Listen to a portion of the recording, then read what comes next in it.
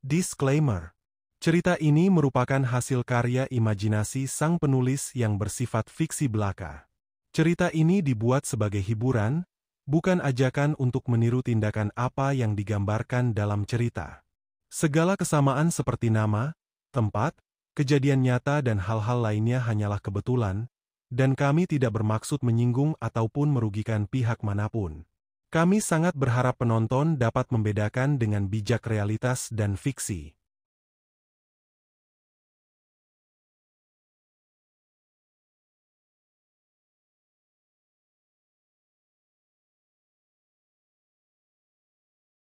Cerita berlanjut ketika Jeok Museong yang telah berada di rumahnya Wo Hyun, menduga bahwa Namgon Chun dan Sadohak bisa berada di sini karena faksi ortodoks dan kultus demonik bekerja sama untuk melawan faksi unortodoks.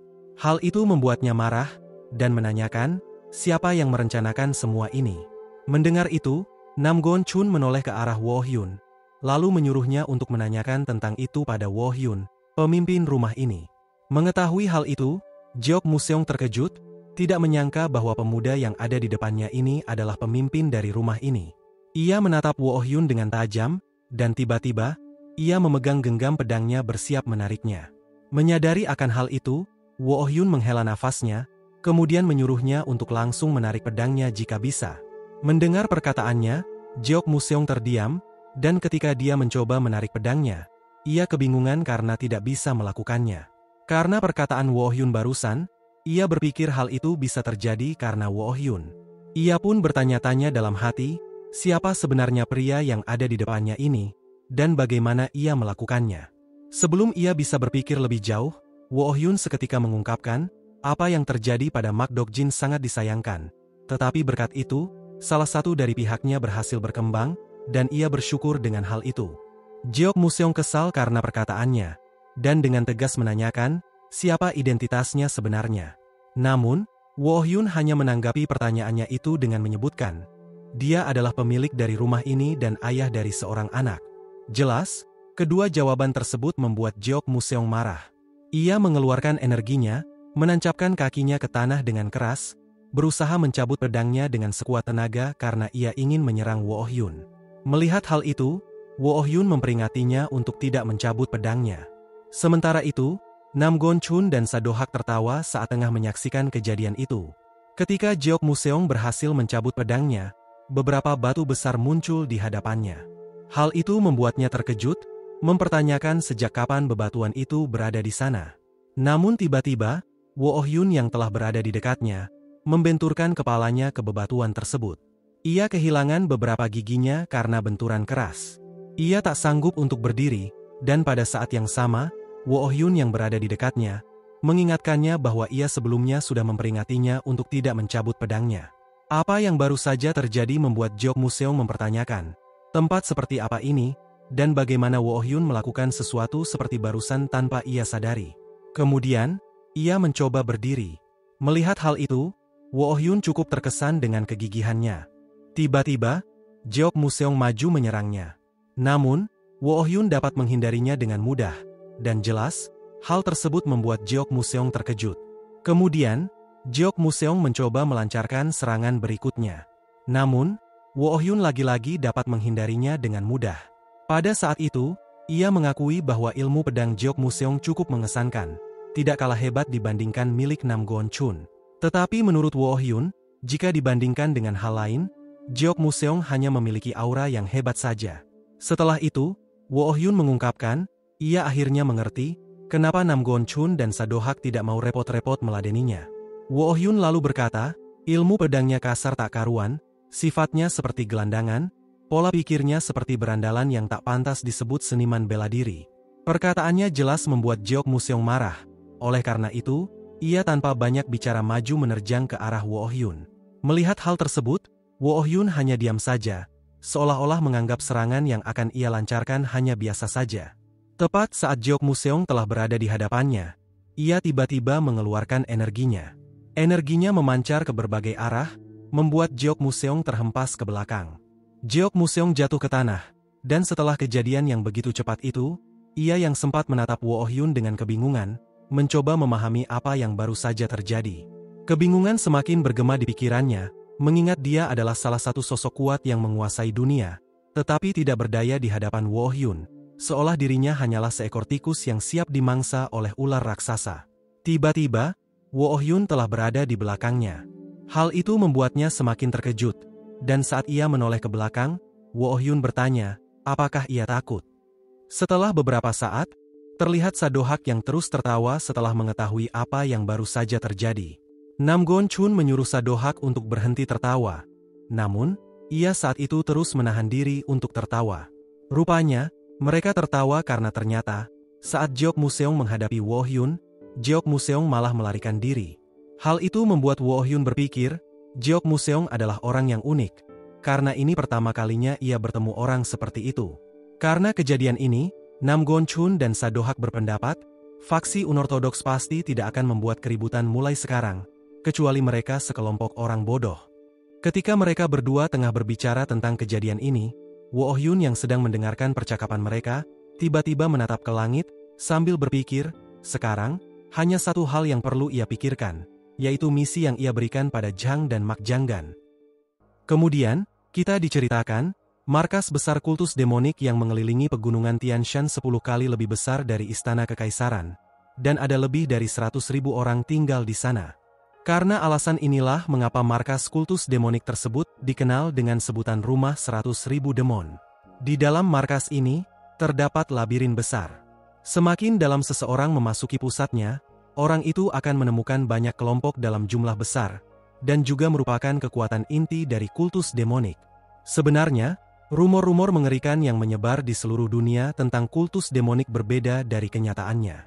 Di bagian luar ini, terdapat desa yang dihuni manusia biasa, para warga yang tidak mengetahui tentang seni bela diri. Sementara itu, terlihat Jang yang baru saja sampai di bagian luar kultus demonik. Ia lega, karena setelah melalui perjalanan yang panjang, ia sampai di sana. Saat ia duduk untuk beristirahat sejenak, Mak Janggan yang ada di dekatnya kesal. Namun, karena ia juga merasa lelah, ia pun akhirnya setuju dan duduk di dekatnya Jang. Saat itu, Jang berkata bahwa menurutnya, tempat ini tidak jauh berbeda dari desa pada umumnya. Ada pedagang, petani, dan preman-preman yang berlalu lalang di jalanan. Semuanya tampak biasa, seperti yang bisa ditemui di tempat lain. Mak Janggan mengangguk setuju, namun ia merasakan ada sesuatu yang aneh dengan tempat ini. Sebagai Raja Pengelana, julukan yang disandangnya dengan bangga, ia telah menjelajahi hampir seluruh daratan tengah. Ia bahkan pernah mengunjungi tempat ini beberapa kali sebelumnya. Setiap kali datang, ia selalu melihat anggota kultus demonik yang berpatroli dan mengatur desa dengan ketat. Namun kali ini, tidak satu pun dari mereka terlihat. Jang tampak tidak terlalu memedulikan hal tersebut, jika dilihat dari ekspresinya. Tiba-tiba, Mak Janggan menyarankan agar mereka masuk lebih dalam. Awalnya, Jang menolak dan memperingatkan Mak Janggan bahwa hanya anggota kultus demonik yang diperbolehkan memasuki area tersebut. Namun pada akhirnya, ia pun setuju, karena tatapan tajam Mak Janggan seakan memaksanya untuk patuh. Sementara itu, di suatu tempat yang gelap dan tersembunyi, tampak Moyong Hyokmun yang tengah dirantai. Kesadarannya kacau, dan ia terus menggumamkan kalimat yang sama berulang kali, "Aku akan membunuhmu." Tepat di hadapannya, terlihat Blood Demon yang terus menatapnya. Tiba-tiba, ada seseorang yang bertanya padanya, apakah ia yakin dengan keputusannya.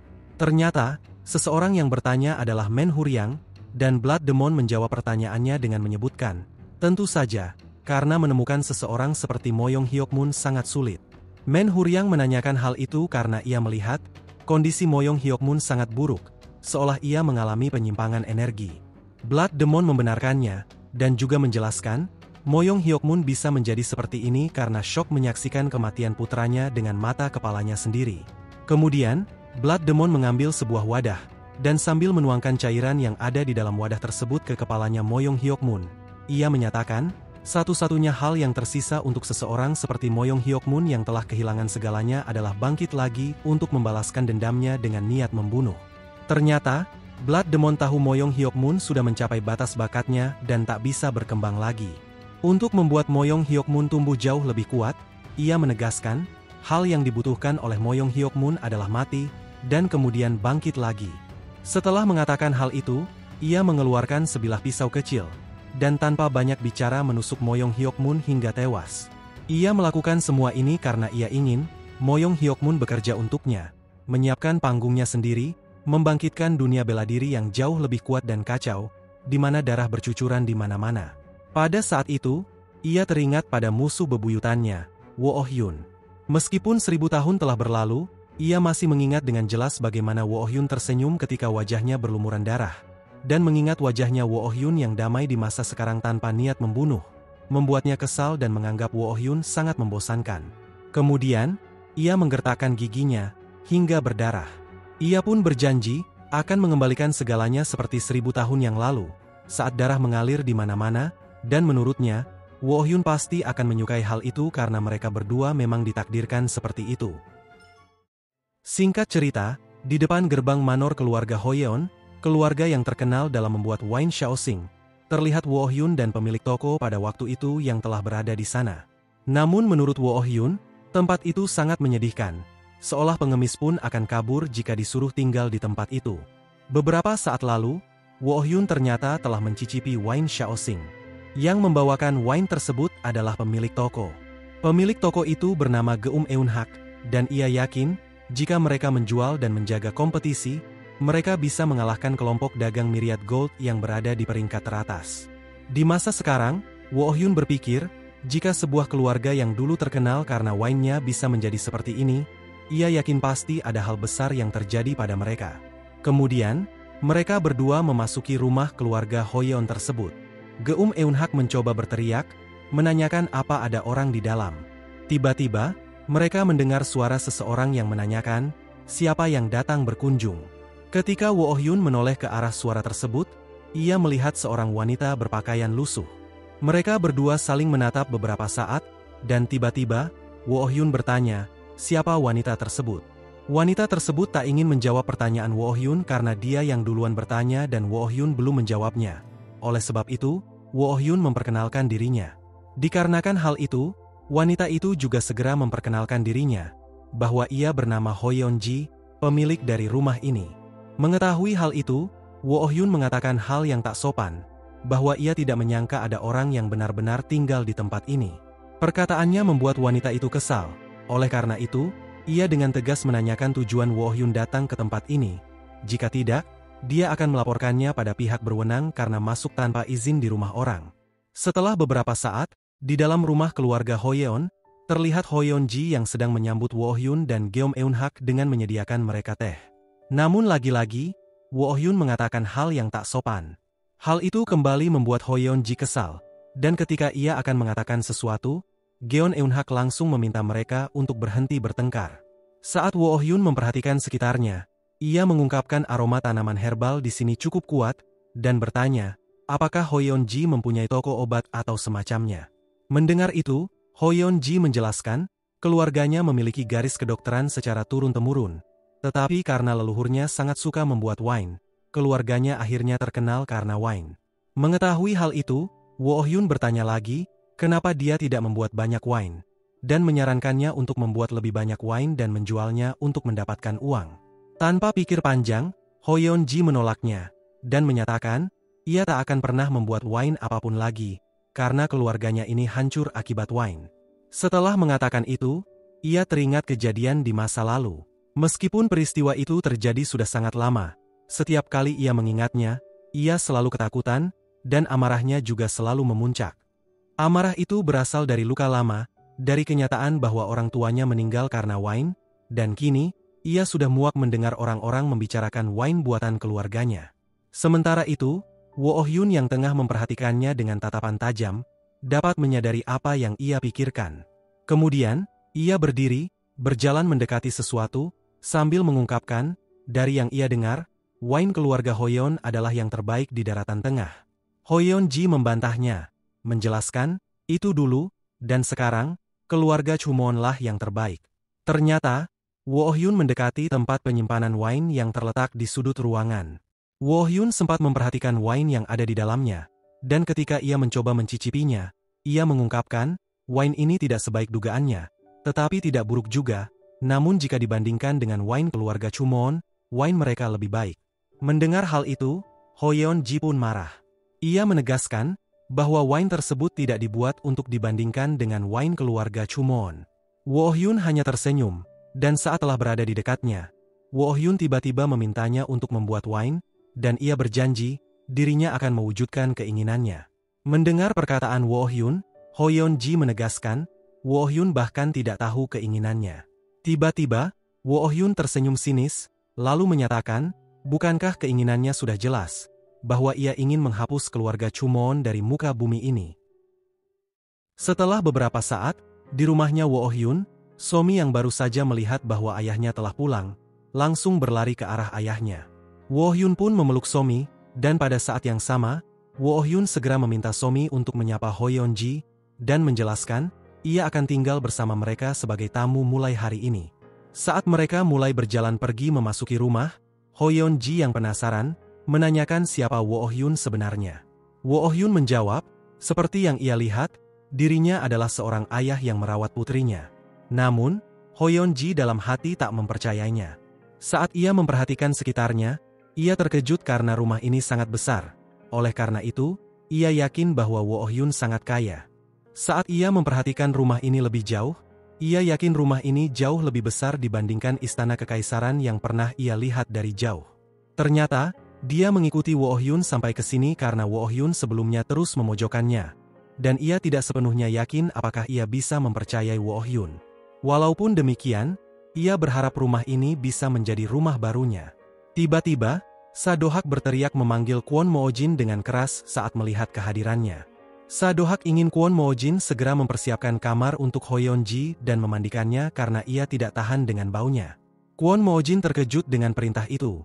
Dan ketika ia menoleh ke arah Ho Yeon Ji menegaskan, ia bisa mandi sendiri. Setelah beberapa saat, setelah mandi dan memeriksa barang-barangnya yang diperlukan untuk membuat wine, ia mempertimbangkan untuk melupakan pemikirannya sebelumnya menjadikan tempat ini sebagai rumah barunya, dan pergi setelah menyelesaikan pekerjaannya. Ternyata, Somi sedang memperhatikannya diam-diam. Saat Ho Yeon Ji menyadarinya, Somi tiba-tiba bertanya apa yang sedang ia lakukan. Ho Yeon Ji menjelaskan, ia ingin membuat wine herbal dan sedang memeriksa apakah dia mempunyai bahan-bahannya. Mengetahui hal itu, Somi seketika menawarkan dirinya untuk membantu. Ho Yeon Ji terkejut, lalu bertanya, apakah Somi benar-benar ingin membantunya membuat wine? Somi mendekatinya, menjelaskan, ia ingin mencobanya. Saat tengah memperhatikan Somi, Ho Yeon Ji berpikir, jika dirinya memiliki adik, adiknya akan seperti Somi. Ia lalu bertanya-tanya, apakah dirinya harus mengajari seorang anak kecil membuat wine? Mengingat ia pertama kali belajar membuat wine saat usianya jauh lebih muda dari Somi, ia akhirnya mengizinkan Somi untuk membantunya, tetapi dengan syarat, Somi dilarang mencicipi atau meminumnya. Saat Ho Yeon Ji dan Somi berjalan keluar rumah untuk mencari bahan-bahan, Nam Gon Chun, So Hye dan Woo Hyun ternyata sedang memperhatikan mereka diam-diam. Mengetahui bahwa Ho Yeon Ji berasal dari keluarga Ho Yeon, dan mengetahui bahwa Ho Yeon Ji akan membuat wine, Nam Gon Chun menunjukkan wajah kagumnya, seolah menantikan wine buatannya. Sementara itu, So Hye yang belum sepenuhnya yakin pada Ho Yeon Ji, mempertanyakan apa tidak masalah membiarkan Somi mengikutinya. Woo Hyun mengabaikan pertanyaannya itu, dan saat Woo Hyun memperhatikan wajahnya Ho Yeon Ji, ia hanya mengatakan, terkadang rasa keputusaan dapat membantu.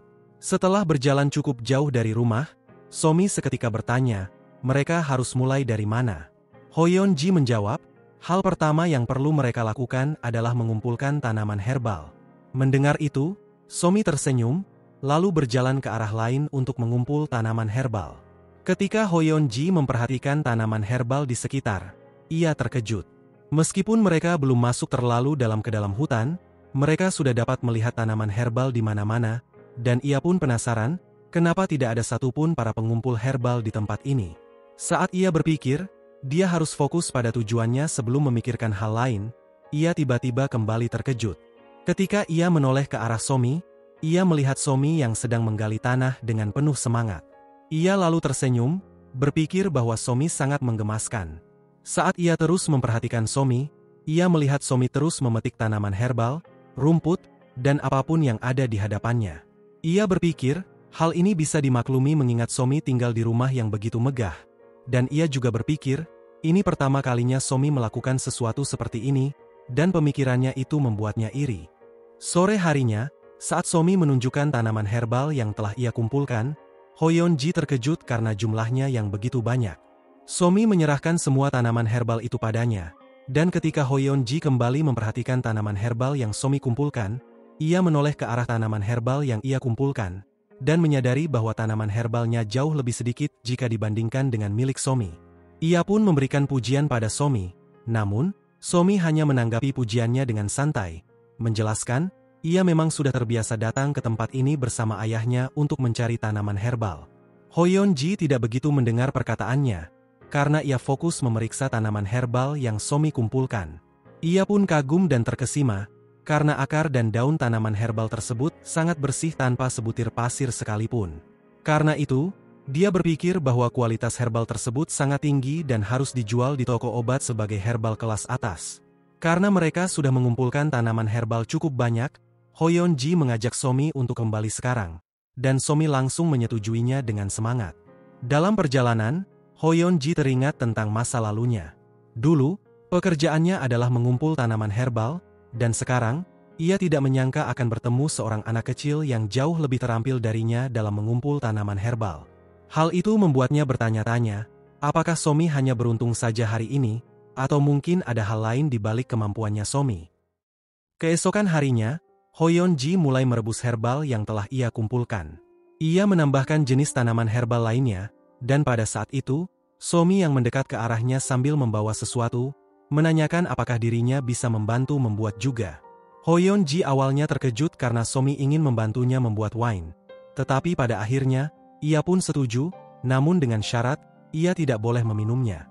Somi mengerti, dan menjelaskan, niatnya hanya untuk membuat wine sebagai hadiah untuk ayahnya, bukan untuk diminum sendiri. 10 hari pun berlalu, Hoyeon akhirnya selesai membuat wine dan menunjukkannya pada Woo-hyun. Ia cukup percaya diri dengan hasilnya, dan ia bahkan berpikir, jika rasanya cukup bagus, wine sejenis ini bisa dijual karena ia telah membuat cukup banyak. Sementara Woo-hyun tengah mengamati wine tersebut dengan seksama, dari balik pintu, Nam Gon-chun dan Sadohak terlihat diam-diam memperhatikannya, dengan ekspresi penasaran terhadap rasa dari wine tersebut. Saat Woo-hyun mulai mencicipinya, Hoyeon-ji yang sedang memperhatikannya merasa gugup. Dan ketika Woo-hyun berkomentar bahwa rasanya jauh lebih enak dari wine sebelumnya, Hoyeon lega dan tersenyum. Namun menurut Woo-hyun, wine tersebut bisa memiliki rasa lebih enak karena kualitas bahan-bahannya, bukan karena kemampuannya Hoyeon-ji dalam membuat wine. Penilaian itu membuat Hoyeon-ji terkejut. Dalam hati, ia harus mengakui kebenarannya, dan ia tidak menyangka bahwa Woo-hyun dapat menyadarinya. Saat Woo-hyun memberikan wine tersebut kepada Nam Gon-chun, ia berkata bahwa wine seperti ini tidak akan cukup bernilai untuk dibayar mahal. Ucapan itu membuat Hoyeon-ji tersinggung, namun ia tak bisa membantahnya. Di saat yang sama, Somi yang sedang membawa wine buatannya, mendekati ayahnya dan meminta ayahnya untuk mencicipi wine buatannya sendiri. Woo-hyun bersedia mencobanya, sementara di belakangnya, Nam Gon-chun dan Sadohak terlihat kecewa dan frustasi setelah mencicipi wine buatan Hoyeon-ji, karena wine tersebut tidak sesuai harapan mereka. Tepat saat Woo-hyun membuka penutupnya, aroma winenya langsung menyebar ke seluruh ruangan. Semua orang terdiam, terkesima oleh aromanya yang sangat khas dan kuat, kecuali Somi yang tak tahu apa-apa. Nam Gon-chun dan Sadohak langsung mendekati Woo-hyun, karena mereka sangat ingin mencicipinya. Hoyeon-ji hanya bisa terdiam, karena ia tidak menyangka wine buatan Somi bisa mengeluarkan aroma seperti itu. Setelah Nam Gon-chun dan Sadohak mencicipi wine tersebut, mereka bersama-sama mengungkapkan bahwa wine tersebut adalah salah satu dari 5 wine terbaik yang pernah ia rasakan. Pada saat itu, Woo-hyun telah merasa kesal, karena wine tersebut adalah wine yang Somi buat untuknya. Tetapi Nam Gon-chun dan Sadohak yang pertama kali mencicipinya. Rasa kesalnya bertambah saat Hoyeon-ji tiba-tiba mengungkapkan bahwa dirinya juga ingin mencicipinya. Woo-hyun mengizinkannya, tetapi hanya satu tegukan. Setelah mencicipinya, ia langsung terkejut dengan rasanya yang dalam dan segar. Rasanya begitu kuat, membuatnya terdiam beberapa saat, dan ketika ia mendekat ke arah Somi, ia tiba-tiba memanggil Somi dengan sebutan Master. Sebulan kemudian, berita mengenai wine dari keluarga Hoyeon mulai menyebar luas. Di kediaman keluarga Chumun, seorang pria tua, Chumun Won, terkejut setelah mendengar kabar tersebut dari bawahannya. Chu Moon Won menolak untuk mempercayainya, karena ia mengetahui dengan jelas bahwa keluarga Hoyeon sudah hancur. Dikarenakan hal tersebut, bawahannya mengeluarkan 2 botol wine untuk membuktikannya. Wine di sebelah kiri dijual dengan harga 10 nyang perak, dan di kanan dijual dengan harga 2 nyang perak. Kedua wine tersebut membuat Chu Moon Won terkejut, dan karena penasaran, ia pun menanyakan perbedaan di antara keduanya. Bawahannya menjelaskan, kualitas keduanya sangat berbeda. Yang di kiri sudah tidak tersedia lagi di pasar, dan para penjabat tinggi rela membayar lebih untuk mendapatkannya melalui transaksi rahasia. Mendengar itu, Chu Moon Won langsung mencicipi wine tersebut. Ekspresinya tiba-tiba berubah, dan teringat pada Hoyeon Ji, karena ia menduga, Hoyeon Ji lah yang membuat wine tersebut. Kemudian, ia menuangkan wine yang satunya lagi ke dalam cangkir, lalu meminumnya. Setelah itu, ia menyimpulkan, wine pertama rasanya lebih mirip dengan wine asli keluarga Hoyeon, dan bahkan lebih baik dari yang dulu. Sementara yang satunya, meskipun rasanya enak, tetapi tidak sebanding dengan yang dulu.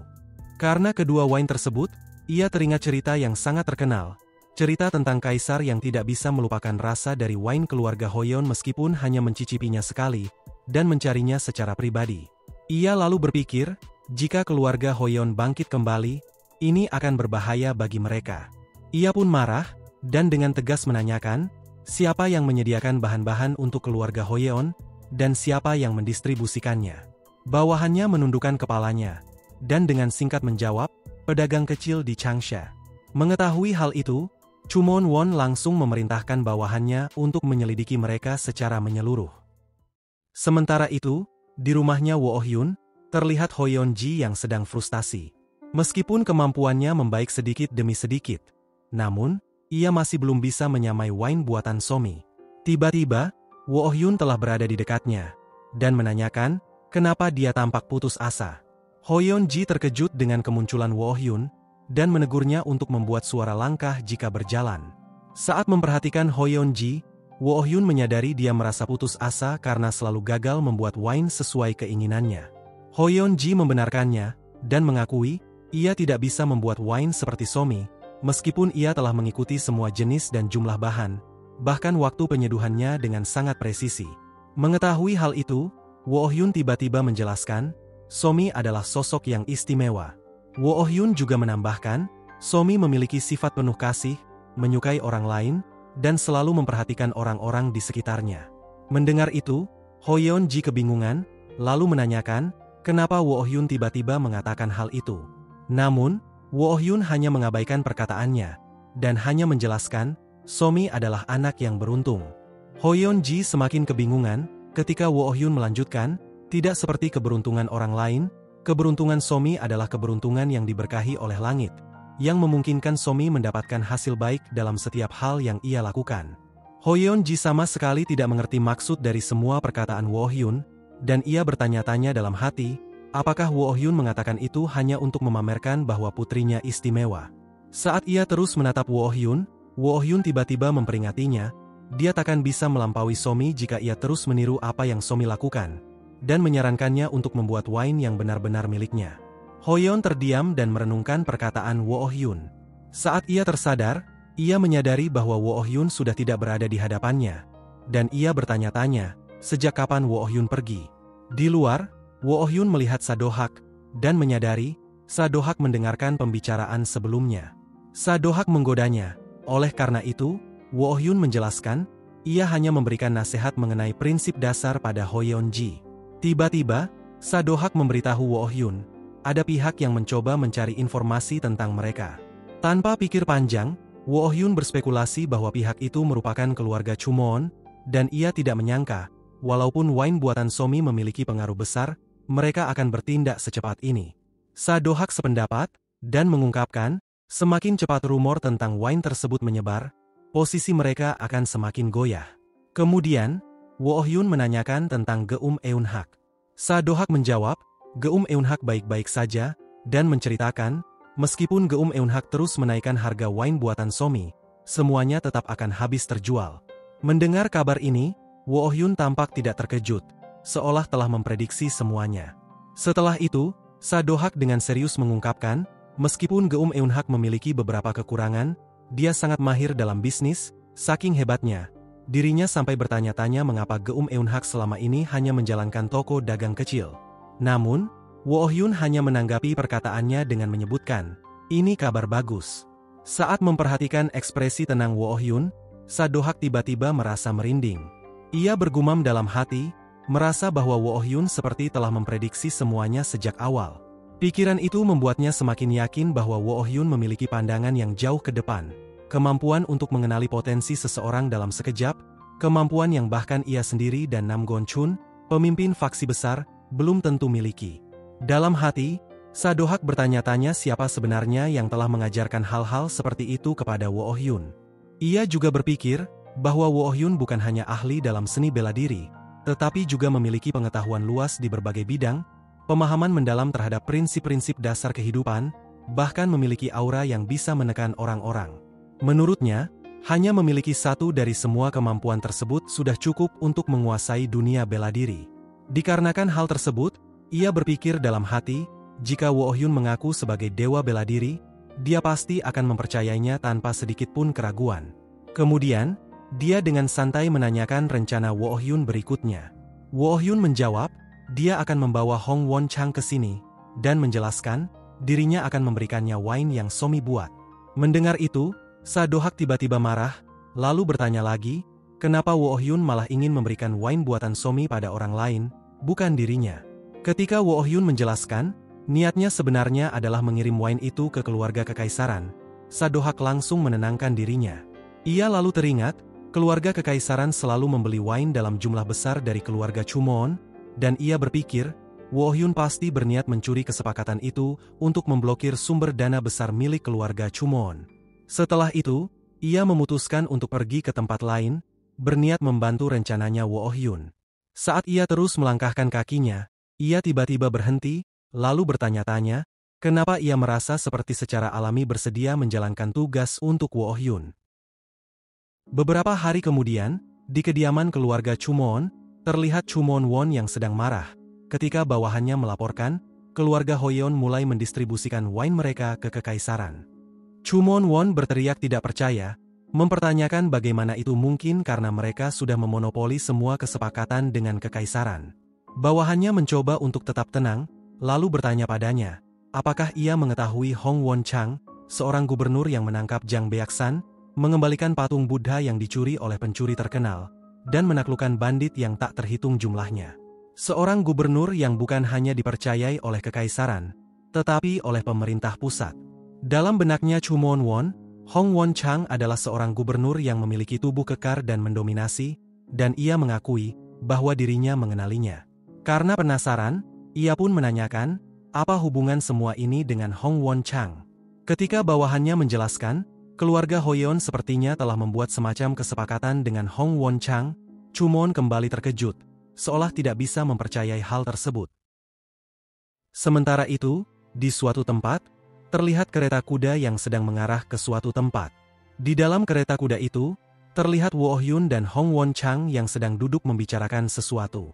Pada saat itu, Wo Hyun mengungkapkan, ia akan menugaskan Hong Won Chang untuk membawa wine ke kekaisaran. Mengetahui bahwa wine tersebut dibuat oleh keluarga Hoyeon, Hong Won Chang menjadi bersemangat, tidak menyangka wine yang selama ini ia cari untuk dicicipi, berasal dari rumahnya Wo Hyun. Wo Hyun membenarkan bahwa wine tersebut berasal dari rumahnya, dan ia menjelaskan, wine tersebut sebenarnya bukan wine asli keluarga Hoyeon, tetapi wine yang dibuat oleh Somi. Mengetahui hal tersebut, Hong Won Chang terkejut. Setelah itu, ia menjadi sangat bersemangat, bertekad menjadikan Somi sebagai menantunya di masa depan, bagaimanapun caranya. Pada saat yang sama, Wo Hyun menyebutkan, Geum Eunhak akan pergi bersamanya untuk mengurus bagian perdagangan, dan menjelaskan, Hong Won Chang hanya perlu memperkenalkannya pada kekaisaran. Hong Won Chang mengangguk setuju, berjanji Wo Hyun bisa mengandalkannya, dan ia terus membayangkan Somi menjadi menantunya. Kemudian, Wo Hyun menambahkan satu hal lagi. Dengan keuangan mereka sekarang, mereka tidak bisa membayar pengawal, jadi ia akan menugaskan Kwon Mo Jin untuk pergi bersamanya. Mendengar itu, Hong Won Chang terkejut. Ketika ia akan mengatakan sesuatu, kereta yang mereka naiki tiba-tiba berhenti. Saat ia melihat keluar, ia melihat Geum Eunhak dan Kwon Mo Jin. Ketika ia memperhatikan Kwon Moojin, ia merasa khawatir, karena ia berpikir, jika Kwon Moojin, seseorang yang cukup terkenal di dunia bela diri menjadi pengawal dalam perjalanan ini pasti akan berbahaya, dan merasa dirinya tertipu lagi. Pada saat itu, perhatian Woo Hyun teralihkan pada Sohye yang berada di luar kereta. Oleh karena itu, ia pun menanyakan, kenapa Sohye bisa berada di sini padahal dirinya tidak memanggilnya.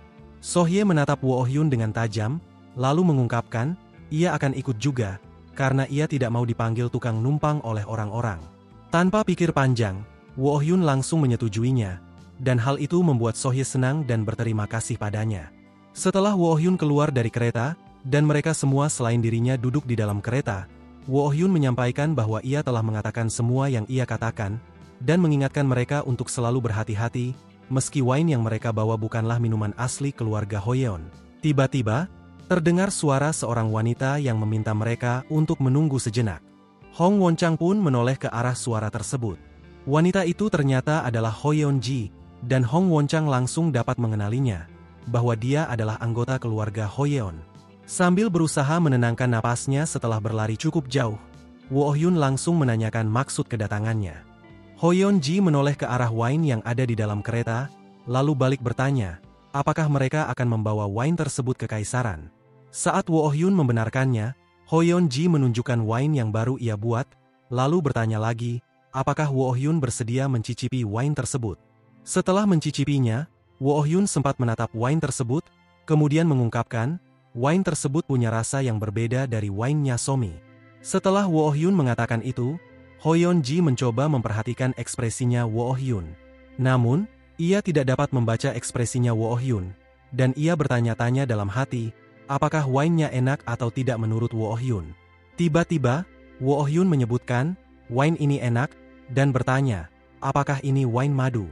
Hoyeon Ji tersenyum mendengar itu, lalu menjelaskan, ia menambahkan sedikit madu, dan bertanya lagi, apakah wine-nya benar-benar enak. Woo Hyun mengiyakannya, dan mengutarakan, wine-nya berbeda dari wine-nya Somi, dan bisa dikatakan dengan bangga bahwa wine itu sebagai wine baru dari keluarga Hoyeon. Hoyeon Ji semakin senang karena perkataan Woo Hyun, dan pada saat itu, Hong Won-chang dan Sohye yang sedang mendengarkan percakapan mereka, tiba-tiba bertanya apakah mereka bisa mencicipinya juga. Setelah mereka berdua mencicipinya, mereka sangat kagum pada Hoyeon Ji, dan mereka memberikan banyak pujian padanya.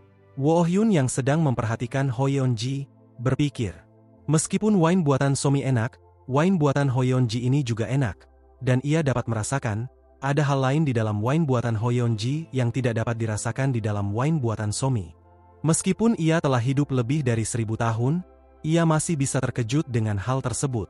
Hal ini membuatnya teringat, dulu, ia sering meminum wine seperti ini sambil duduk di bawah sinar bulan, dan kini, meminum wine seperti ini bersama mereka membuatnya tersenyum. Sementara itu, di penjara bawah tanah milik kultus demonik, terlihat Jang dan Mak Janggan yang telah berada di sana.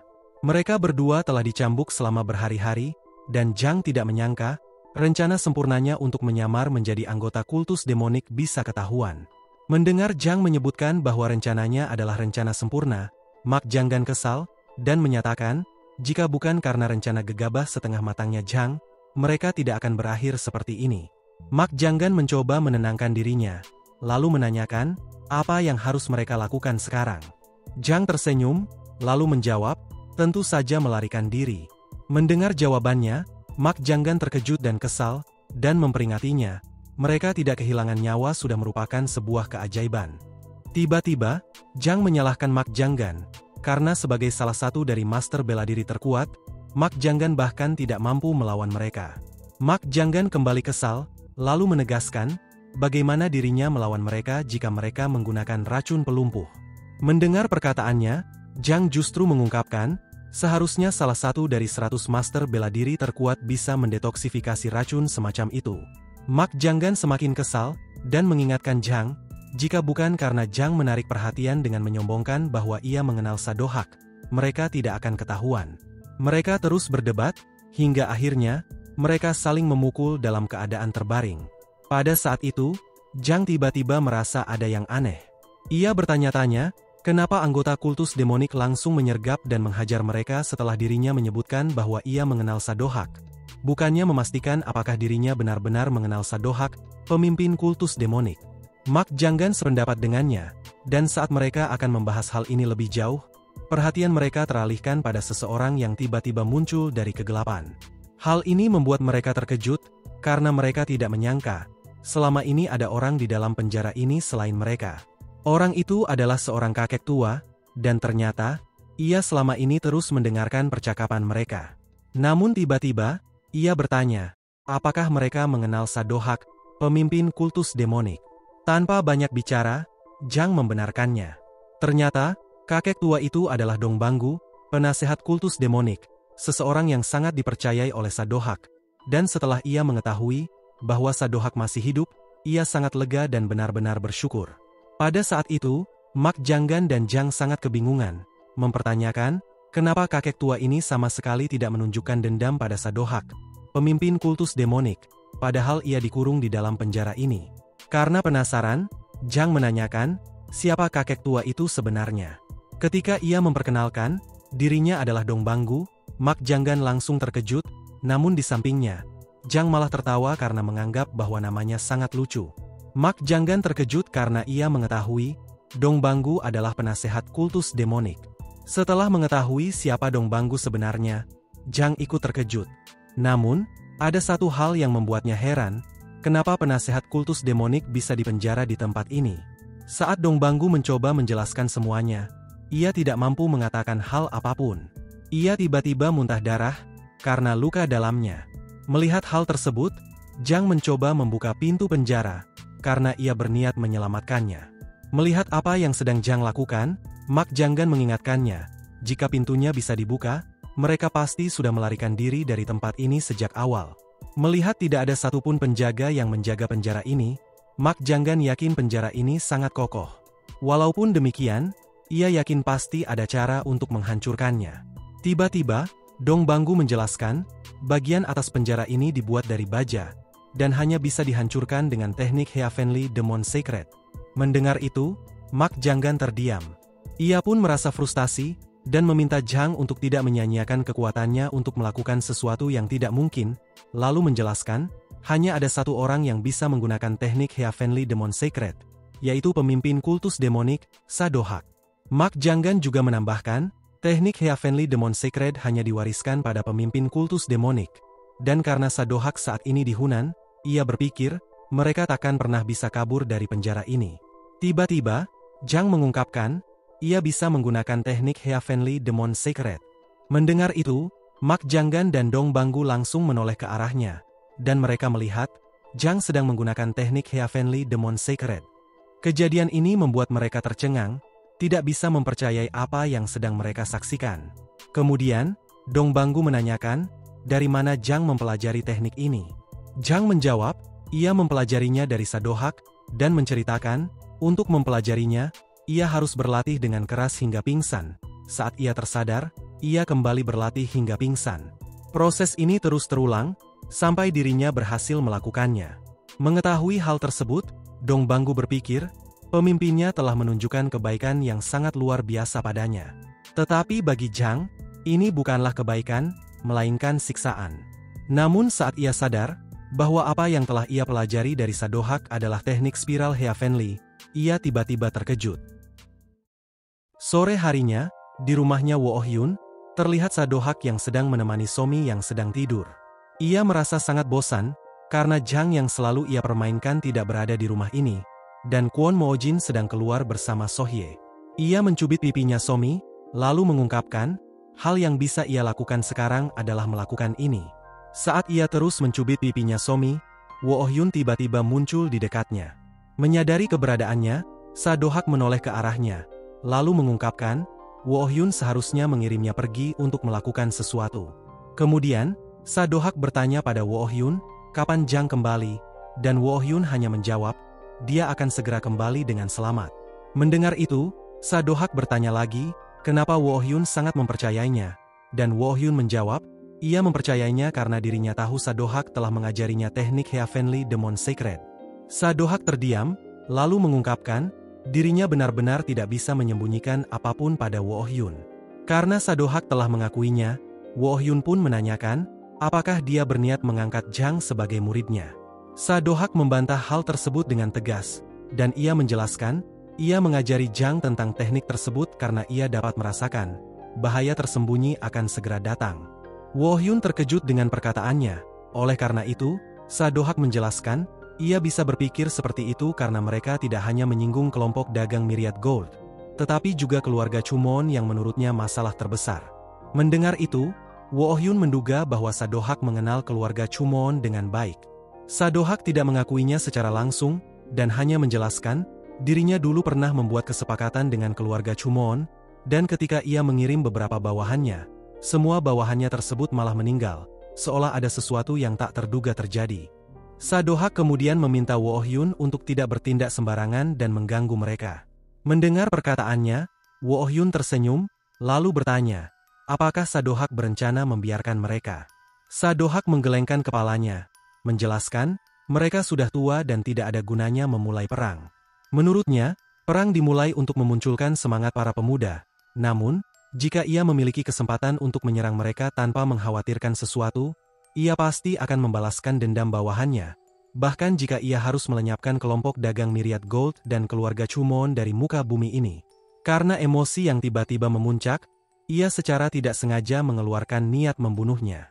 Wohyun sempat menatapnya beberapa saat, lalu memintanya untuk mengendalikan niat membunuhnya karena Somi tidur di dekatnya.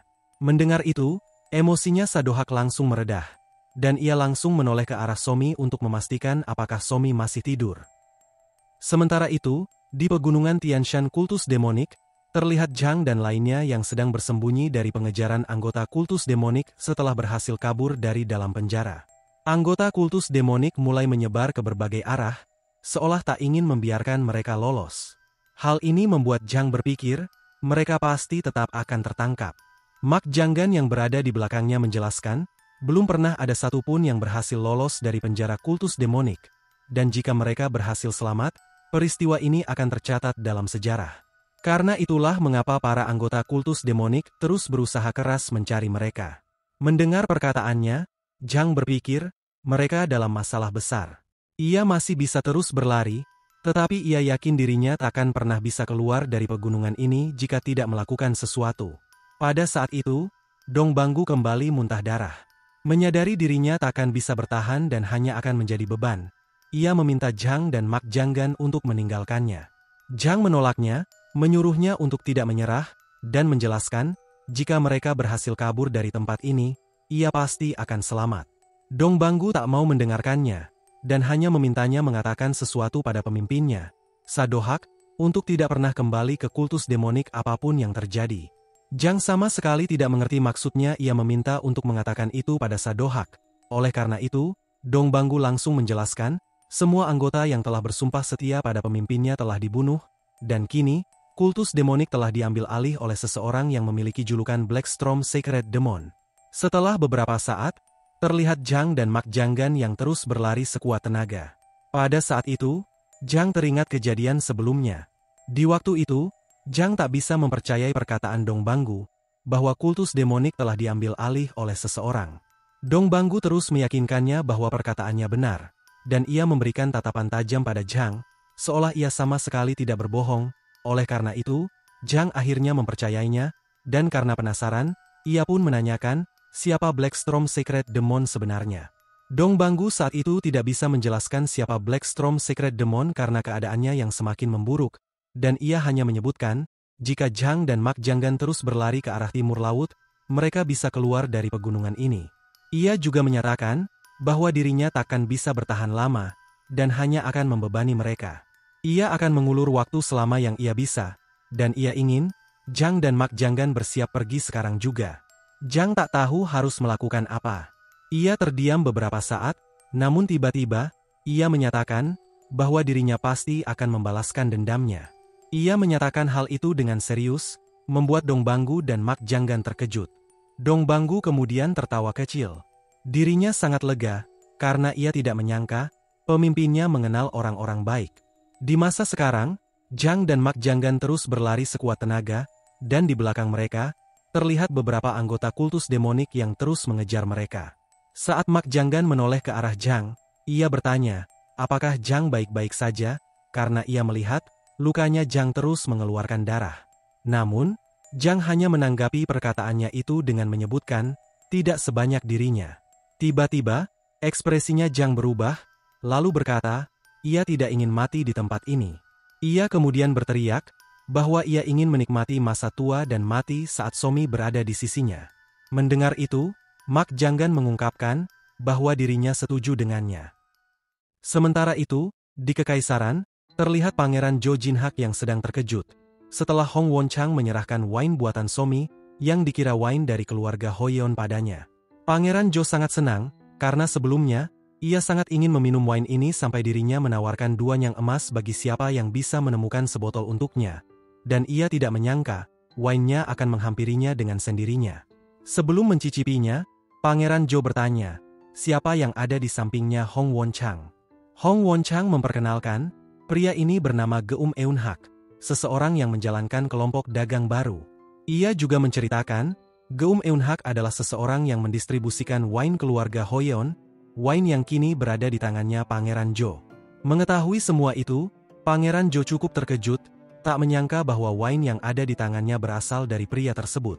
Geum Eunhak tersenyum, lalu mengungkapkan, dirinya hanya beruntung karena bisa merekrut salah satu anggota keluarga Hoyeon, dan ia juga menambahkan, jika Pangeran Zhou mau, dia bersedia mengirim wine keluarga Hoyeon padanya kapan saja.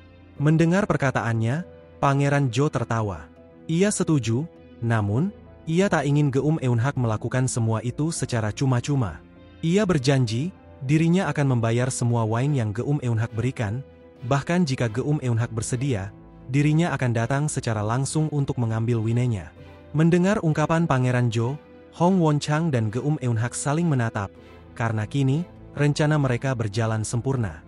Saat Pangeran Zhou mulai mencicipi wine-nya, Geum Eunhak teringat, Pangeran Zhou dekat dengan sang kaisar. Ia juga pernah mendengar, Pangeran Zhou memiliki karakter murni dan jujur, serta tidak akan tergoyahkan oleh perasaan atau kepentingan pribadi, dan ia tidak pernah menyangka, dirinya akan memiliki peluang untuk bekerja sama dengannya. Setelah mencicipi wine-nya, Pangeran Zhou sangat puas, dan ia mengungkapkan, dirinya bersedia membayar mahal untuk wine seenak ini. Karena karakteristiknya yang baik, ia pun meminta Hong Wonchang dan Geum Eunhak untuk duduk dan menikmati wine-nya bersama-sama. Sementara itu, di kediaman keluarga Chumon, terlihat Chumon Won yang sudah sangat marah. Setelah mendapat laporan dari bawahannya bahwa mereka gagal menghentikan keluarga Hoyeon mengirim wine mereka ke Kekaisaran. Ia lalu mengingatkan bawahannya, bahwa dirinya telah memerintahkannya untuk melakukan berbagai cara untuk menghentikan mereka, bahkan jika harus mengirim assassin. Mendengar itu, bawahannya melaporkan, mereka sebenarnya telah mengirim assassin, namun semua assassin itu malah ditemukan dalam keadaan tidak bernyawa. Mengetahui hal tersebut, Chumon Won pun terdiam. Saat bawahannya kembali melaporkan, bahwa tim patroli sempat melihat Namgon Sohye dan Kwon Mojin di tempat kejadian, Chumon Won kembali marah, mempertanyakan, kenapa ahli bela diri terkenal seperti mereka bisa terlibat dalam masalah ini. Bawahannya kemudian mencoba memberikan penjelasan lebih lanjut berdasarkan informasi yang ia dapatkan, bahwa Namgon Sohye dan Kwon Mojin tinggal di kediaman keluarga dan Chumon Won terkejut, karena ini pertama kalinya ia mendengar nama keluarga tersebut. Pada saat itu, bawahannya tiba-tiba bertanya padanya untuk memperjelas sesuatu. Apakah ia masih mengingat rumor tentang 2 kakek tua yang mengenakan topeng dan memegang pedang di sekitar Yueyang dan Changsha? Chumon Won menjelaskan, ia masih mengingatnya dengan jelas, dan juga mengungkapkan, ia pernah mendengar rumor, jika ada pihak yang menyebabkan kekacauan di daerah Yueyang, kedua kakek tua itu pasti akan muncul untuk menghabisi pihak tersebut. Bawahannya membenarkan hal tersebut, lalu menyampaikan, berdasarkan informasi yang ia dapatkan, kedua kakek tua itu tinggal di kediaman keluarga dan kemungkinan besar, keluarga dan berhubungan dengan kelompok dagang yang membantu keluarga Hoyeon. Setelah mendengarkan semua itu, Chumon Won mencoba menenangkan dirinya, lalu menanyakan, bagaimana dengan putri keluarga Hoyeon, Hoyeon Ji? Bawahannya menjelaskan, dirinya tidak mempunyai informasi tentangnya, dan ketika ia akan mengatakan sesuatu, Chumon Won tiba-tiba menyelanya, menanyakan, apakah ia akan mengungkapkan bahwa Hoyeon Ji kemungkinan juga tinggal di kediaman keluarga dan tanpa banyak bicara, bawahannya membenarkannya. Setelah berpikir sejenak, Chumon Won tiba-tiba memerintahkan bawahannya mengirim surat pada kelompok dagang Myriad Gold untuk menyingkirkan kelompok dagang yang membantu keluarga Hoyeon. Mendengar itu, bawahannya bertanya, bagaimana dengan keluarga Dan? Tiba-tiba, bawahan tersebut terkejut, karena saat itu, tuanya, Chumon Won seketika memerintahkannya meminta bantuan kepada Pavilion Assassin untuk menyingkirkan keluarga Dan. Ia terkejut karena ia tahu dengan jelas bahwa Pavilion Assassin adalah kelompok assassin terkuat di daratan tengah, yang akan merasa bangga jika membunuh seseorang jika dibayar dengan harga yang tepat, bahkan kaisar sekalipun. Singkat cerita, di rumahnya Wo Hyun, terlihat Sadohak yang telah berlumuran darah, setelah membunuh sekelompok assassin yang tiba-tiba muncul menyerangnya. Nam Gon-chun yang juga telah berlumuran darah, mendekat ke arahnya, lalu berpendapat, sekelompok assassin ini kemungkinan berasal dari Pavilion Assassin.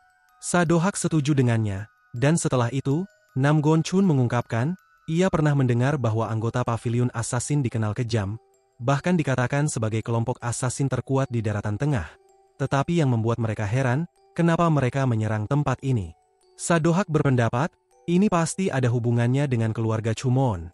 Tetapi karena mereka tidak punya bukti kuat, mereka hanya bisa tersenyum, karena jika tidak, mereka pasti akan melakukan sesuatu. Namun, kenyataan bahwa mereka berani menyerang tempat yang ditinggali oleh Somi membuat mereka berdua marah. Mereka mengeluarkan niat membunuh, seolah takkan membiarkan masalah ini selesai begitu saja. Singkat cerita, di pegunungan Tianshan kultus demonik, hujan mulai turun dan semakin deras. Di sana, terlihat seorang pria yang dikawal oleh beberapa prajurit yang telah menemukan keberadaannya Dong Banggu. Dong Banggu dalam keadaan mengenaskan, dan ia tidak menyangka, pria yang telah menemukannya ini telah berkhianat pada pemimpin mereka, Sadohak. Pria itu bernama Moon Jo-hak, kapten pasukan Silver Shadow Kultus Demonik. Pada saat itu, Dong Banggu mengingatkan Moon Jo-hak, pasukan yang dipimpin olehnya adalah pasukan yang dibentuk oleh pemimpin mereka dan dibesarkan dengan darah.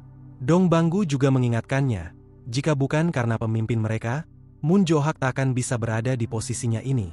Namun, Moon Jo-hak hanya menanggapi semua itu dengan menyebutkan, hanya mereka yang kuat yang bisa bertahan di kultus demonik. Dengan kata lain, dirinya bisa berada di posisinya karena kemampuannya. Dong Banggu mengakui tentang itu, namun menurutnya, bersumpah melayani seseorang semasa hidupnya, dan malah berakhir berkhianat sungguh memalukan. Kemudian, ia bertanya pada Moon Jo-hak, apakah Blackstorm benar-benar kuat? Namun, Moon Jo-hak hanya menanggapi pertanyaannya dengan menjelaskan, pemimpin kultus demonik saat ini, Blackstorm, adalah sosok yang tidak bisa mereka bicarakan, dan menurutnya, pemimpin kultus demonik sebelumnya, Sadohak, seseorang yang sangat murah hati pada bawahannya, tidak bisa dibandingkan dengan pemimpin kultus demonik saat ini. Mendengar Moon Jo-hak menyebutkan bahwa Sadohak adalah pemimpin kultus sebelumnya membuat Dong Banggu tertawa. Tiba-tiba, Moon Jo-hak menanyakan, di mana keberadaan Sadohak sekarang? Dong Banggu hanya diam saja, dan teringat momen terakhir pemimpinnya pergi meninggalkan kultus demonik. Pada saat itu, ia mencoba menghentikan Sadohak, dan menanyakan, apakah Sadohak ingin dirinya menjaga kultus ini sendirian. Namun, Sadohak hanya menanggapi perkataannya dengan menyebutkan, dirinya mendengar muncul rumah aneh di dekat Danau Dongting. Dirinya cuma ingin melihatnya lalu kembali, dan ia juga menjelaskan, peran seorang pemimpin kultus demonik adalah mencari keberadaan master bela diri tersembunyi untuk membuktikan kekuatan mereka. Walaupun Sadohak telah menjelaskan hal tersebut, Dong Banggu tetap tidak setuju Sadohak meninggalkan kultus demonik. Terlebih lagi, Sadohak tidak memberitahunya dengan jelas kapan ia akan kembali. Ia terus mencoba menghentikan Sadohak dengan terus menarik bajunya. Namun tiba-tiba, Sadohak memegang dadanya, lalu menjelaskan, tidak ada yang perlu dicemaskan, karena dirinya mempunyai Dong Banggu. Dong Banggu terkejut karena perkataannya. Ia mulai bisa menerima Sadohak meninggalkan kultus demonik ini karena Sadohak benar-benar mempercayainya. Dan ketika Sadohak akan segera pergi, Sadohak sempat tersenyum padanya, lalu mengatakan, dirinya mempercayainya, dan menyebutnya sebagai sahabatnya. Dong Banggu benar-benar sangat tersentuh, dan pada akhirnya, ia setuju Sadohak pergi meninggalkan kultus demonik untuk sementara waktu. Di masa sekarang, Dong Banggu yang baru saja teringat tentang kejadian itu, tiba-tiba tertawa pelan, lalu memerintahkan Moon Jo-hak untuk memenggal kepalanya sekarang juga. Mendengar perkataannya, Moon Jo-hak terkejut. Ia berpikir, Membunuh seseorang sehebat Dong Banggu sangat merugikan. Namun pada akhirnya, ia benar-benar membunuh Dong Banggu dengan memenggal kepalanya. Melihat kejadian itu, semua bawahannya Mun Jo-hak terkejut.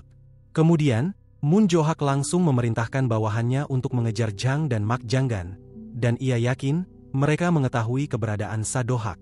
Setelah semua bawahannya pergi untuk menjalankan perintahnya, Mun Jo-hak berpikir dirinya telah membuang-buang waktu berurusan dengan Dong Banggu.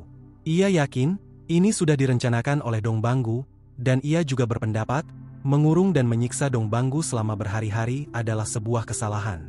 Ia menggertakkan giginya, berpikir dirinya harus menemukan dua orang pria yang telah melarikan diri bagaimanapun caranya. Malam pun tiba, terlihat Jang dan Mak Janggan yang telah membunuh anggota kultus demonik yang mengejar mereka.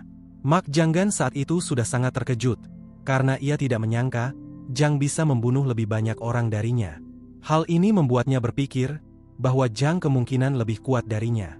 Namun tiba-tiba, rasa kagumnya pada Jang menghilang, karena saat itu, Jang tiba-tiba mendekati dan memeriksa mayat-mayat anggota kultus demonik tersebut untuk mengambil barang-barang berharga mereka, dan ia berhasil menemukan sejumlah koin perak. Tanpa banyak bicara, Jang menyerahkan semua koin perak tersebut pada Mak Janggan, dan sambil tersenyum, ia menjelaskan bahwa dirinya ingin Mak Janggan kabur duluan menuju arah timur. Dikarenakan hal tersebut, Mak Janggan menanyakan bagaimana dengannya. Mendengar pertanyaannya, Jang dengan tegas menyatakan bahwa mereka harus menyingkirkan semua anggota kultus demonik yang mengejar mereka terlebih dahulu. Ia juga menambahkan, dirinya akan pergi ke arah sebaliknya untuk mengalihkan perhatian mereka, dan ia berjanji, dirinya akan menyusul nanti. Sebelum Mak Janggan mengatakan sesuatu, Jang langsung melempar sejumlah koin perak di tangannya pada Mak Janggan, kemudian pergi begitu saja. Mak Janggan kebingungan, mempertanyakan dalam hati apa yang sebenarnya Jang rencanakan. Setelah memastikan bahwa ia telah berlari cukup jauh, Jang tiba-tiba mengeluarkan suar yang ia ambil diam-diam di mayat anggota kultus demonik. Jang yakin, suar ini akan digunakan ketika mereka telah menemukan target mereka. Sesuai dugaan Mak Janggan, Jang ternyata telah merencanakan sesuatu. Rencananya adalah, setelah ia berlari cukup jauh dari Mak Janggan, ia akan menyalakan suarnya untuk memancing mereka, kemudian menggunakan keahliannya untuk melarikan diri. Rencananya ini membuatnya berpikir bahwa dia sangat jenius. Setelah berlari sejauh mungkin dari lokasi sebelumnya, ia memutuskan untuk berhenti, menjalankan rencananya di tempat tersebut. Tiba-tiba, seseorang muncul dari langit, lalu bertanya, apa yang ia rencanakan. Kemunculan pria itu membuat Jang terkejut. Namun sebelum ia bisa melakukan sesuatu, pria itu tiba-tiba muncul tepat di hadapannya. Dan ternyata, pria itu adalah Mun Jo-hak. Mun Jo-hak bisa menemukan keberadaan Jang melalui pergerakan angin yang sempat ia rasakan sebelumnya. Mengetahui hal itu, Jang berpikir bahwa Mun Jo-hak sangat hebat dalam melacak seseorang. Ketika ia mencoba mengeluarkan pisaunya, Mun Jo-hak tiba-tiba memerintahkannya untuk menyerah, dan memperingatnya bahwa dia tidak akan bisa menandinginya. Tiba-tiba, mulutnya Jang mengeluarkan darah. Saat ia memperhatikan tubuhnya, ia melihat tubuhnya mulai tergores. Tidak diam saja, ia langsung mundur ke belakang. Setelah itu, ia menghela nafasnya, menyadari bahwa dirinya hampir mati jika tidak mundur ke belakang. Jang lalu menanyakan, siapa pria itu sebenarnya, dan ia yakin, jika dirinya tidak bertindak dengan cepat, ia pasti sudah terbelah menjadi dua bagian. Pada saat itu, Mun Jo-hak sudah sangat terkejut, mempertanyakan apa yang baru saja terjadi, padahal ia yakin bahwa pedangnya telah menebas tubuhnya Jang. Melihat tatapannya, Jang semakin kesal, dan menyatakan bahwa Mun Jo-hak bukan tuannya dan dirinya tidak takut padanya. Tiba-tiba, Mun Jo-hak tersenyum, lalu mengungkapkan, jika Jang ingin tahu siapa sebenarnya dirinya, Jang harus pergi ke alam baka dan menanyakannya pada arwah-arwah di sana. Setelah mengatakan itu, ia tiba-tiba menghilang, lalu muncul tepat di hadapannya Jang bersiap memenggal kepalanya Jang. Jang sempat terdiam beberapa saat, dan tepat saat Mun Jo-hak mengayunkan pedangnya, Jang langsung mundur ke belakang untuk menghindarinya. Melihat hal tersebut, Mun Jo-hak kembali mengayunkan pedangnya ke arah Jang, namun lagi-lagi, Jang berhasil menghindarinya. Hal ini membuat Mun Jo-hak terkejut, dan ia yakin, Jang dapat memprediksi gerakannya. Setelah Jang melompat cukup jauh darinya, dia langsung menerjang ke arah Jang dan berhasil mengenai lengannya Jang.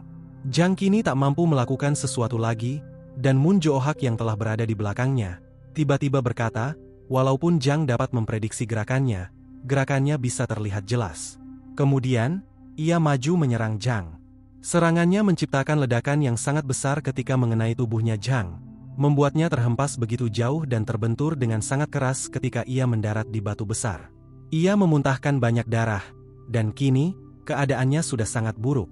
Pada saat itu, Moon Joo-hak memerintahkannya untuk berdiri, dan menanyakan, apa yang mengirimnya ke sini adalah tuannya yang ia sebutkan sebelumnya. Jang hanya diam saja, dan Moon Joo-hak kembali menanyakan, apa Sadohak tinggal dengan mereka. Karena Jang terus diam saja, ia mulai berjalan mendekati Jang, sambil menegaskan, karena Jang terus menutup mulutnya, ia akan melacak semua orang yang kenal dengannya, dan memenggal kepala mereka. Mendengar perkataannya, Jang mencoba berdiri. Ia terus mengeluarkan darah dari mulutnya, dan ketika ia mengingat wajahnya Somi, ia tiba-tiba tersenyum. Pada saat itu, Moon Joo-hak telah bersiap menusuknya, namun tiba-tiba saja, ia membalikkan tubuhnya, dan dengan cepat, ia langsung mengaktifkan teknik Heavenly Demon Secret, menciptakan bola ungu kecil. Melihat hal tersebut, Moon Joo-hak sempat terdiam, tidak dapat mempercayai apa yang sedang ia saksikan. Tepat saat Jang melepaskan bola kecil yang ada di tangannya, terjadi ledakan yang sangat besar dan guncangan yang begitu hebat. Setelah melakukan itu, Jang kembali tersenyum, kemudian menyoraki kemenangannya dengan sangat bangga, dan kini, Moon Joo-hak sudah terbaring tidak bernyawa.